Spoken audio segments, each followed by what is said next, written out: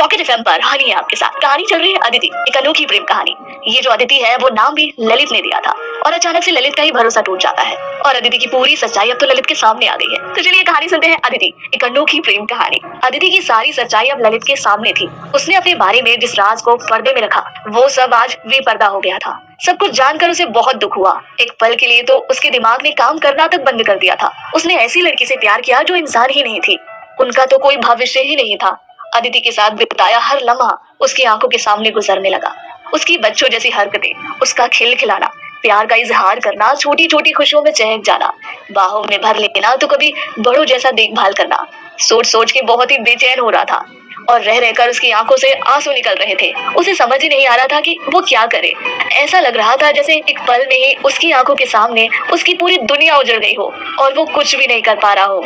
मैंने अदिति से प्यार किया और सच्चे दिल से किया। जितने दिन भी साथ रही उसने मेरा साथ और प्यार पूरी शिद्दत और ईमानदारी से निभाया। अगर वो चाहती तो मुझे बिना कुछ बताए मेरी जिंदगी से जा सकती थी। अगर मैं क्या कर लेता, वो इंसान नहीं है तो उसमें उसकी क्या गलती है। उसका मेरे प्रति प्यार तो गलत नहीं था ना, और फिर मेरी क्या गलती थी जो मुझे उससे प्यार हो गया। ये तो समय और परिस्थिति थी जो हमें करीब लाई और हम दोनों मनी मनी एक दूसरे के हो गए। उसने मेरी खुशी की खातिर मुझे छोड़ दिया और अब मेरा फर्ज है उसे मेरी जिंदगी में वापस लाना। मुझे उसे हर हाल में खोजना ही होगा। उसके लिए मुझे चाहे जो भी करना पड़े। अपने आप से बात करते हुए ललित ने मनी मन अदिति को हर हाल में खोजने का निश्चय कर लिया। अब सबसे बड़ा प्रश्न था अदिति को कहाँ और कैसे खोजा जाए। बस जंगल की दूसरी छोर पर और कुछ भी तो नहीं पता था अदिति की जगह के बारे में। इतने बड़े जंगल में आखिर वो कैसे ढूंढे।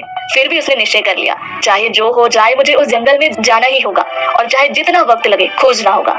यही सब सोचते हुए सबसे पहले उसने नेट पर वैम्पायर के बारे में सर्च किया और वैम्पायर को किस तरीके से देखा और पहचाना जा सकता है, वो कहाँ कहाँ और कब कब आसानी से दिखाई दे सकते हैं। इसी बीच उसे कुछ वैम्पायर हंटर्स के बारे में भी पता चला और उसने उनका पता लिखकर उनके घर के लिए निकल पड़ा, क्योंकि शायद वो अदिति को खोजने में उनकी मदद कर सके। घर पहुंचकर, हेलो सर, क्या आप रामन्य सर हैं? हेलो, हाँ मैं ही हूँ, लेकिन आप कौन? सर मेरा नाम ललित है, मुझे आपसे कुछ जरूरी काम था। आइए अंदर बैठिए आकर। हाँ अब बताइए क्या काम है? सर वो घबराइए मत, जो भी कहना है आप निश्चित होकर कह सकते हैं। सर मुझे आपके बारे में नेट से पता चला, मुझे कुछ जानना था आपसे, आप निसंकोच होकर बताएं। सर मुझे वैम्पायर्स के बारे में जानना है। एक सांस में अपनी बात को कह दिया। क्या तुम क्या और कैसे जानते हो इन सब के बारे में? चौंकते हुए रामन्य सिंह बोले, मैं इन सब के बारे में कुछ नहीं जानता। सर प्लीज ऐसा मत कहिए, मैंने नेट पर आपके लेख पढ़े हैं जो आपने उनके बारे में लिखे हैं, और ये भी कि जब अपनी हद पार कर मानव जाति के लिए संकट उत्पन्न करते हैं तो आप उन्हें पकड़ने और मारने का भी काम करते हैं। तुम अभी जवान हो, अपनी जिंदगी अच्छे से जियो, इन सब के बारे में जानने से तुम्हें कोई मतलब नहीं है। सर प्लीज मुझे जानना है। तुम उन सब के बारे में क्यों जानना चाहते हो? वो सब बहुत खतरनाक होते हैं, इन सभी से दूर रहो। अब तुम जाओ यहाँ से। सर प्लीज आप ही मेरी मदद कर सकते हैं, लगभग गिड़गिड़ाते हुए बोला। कौन हो तुम और क्यों और क्या करना चाहते हो? सर बस मैं इतना बता सकता हूँ कि मुझे जानना बहुत जरूरी है, ये मेरी जिंदगी का सवाल है और सिर्फ आप ही मेरी मदद कर सकते हैं। मुझे पूरी बात बताओ, तभी मैं तुम्हारी मदद करने की सोच सकता हूँ। बिना बताए वो मदद न करते। ये सोचकर ललित से अदिति के मिलने से उसके जाने तक की सारी घटना उन्हें विस्तार से बता दी। सब कुछ सुनकर रामन्य सिंह हैरान और परेशान हो गए। ललित तुम्हें पता है तुमने क्या किया और अब क्या करने जा रहे हो? वहाँ बहुत खतरा है, किसी भी इंसान का वहाँ से जीवित आना लगभग असंभव है। मुझे पता है, लेकिन मैं अपने दिल के हाथों मजबूर हूँ।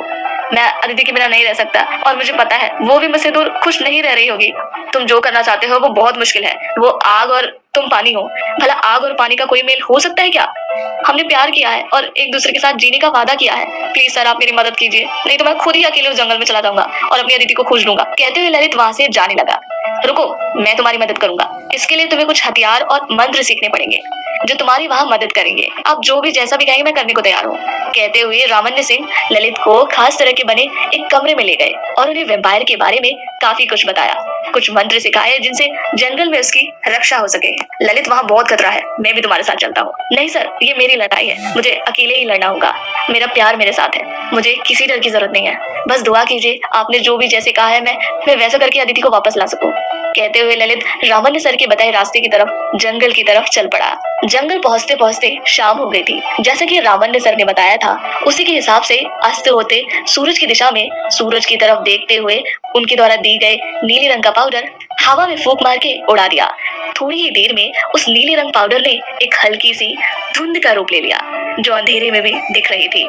अब ललित को बस उस धुंध का पीछा ही करना था। सो गाइस, ये है अदिति, एक अनोखी प्रेम कहानी का एक और खूबसूरत सा एपिसोड। और जैसे जैसे ये कहानी आगे बढ़ते जा रही है तो ललित का अदिति के प्रति प्यार और भी बढ़ता जा रहा है। कहते हैं ना कि जब कोई किसी से प्यार करता है तो जो ताकत होती है ना अपने प्यार को बचाने के लिए, उसकी केयर करने के लिए, उसके लिए लड़ जाने के लिए, वो अपने आप आ जाती है। वही ताकत लेकर ललित जंगल जा रहा है। तो इस कहानी का जो अगला एपिसोड है ना, बहुत डरावना है।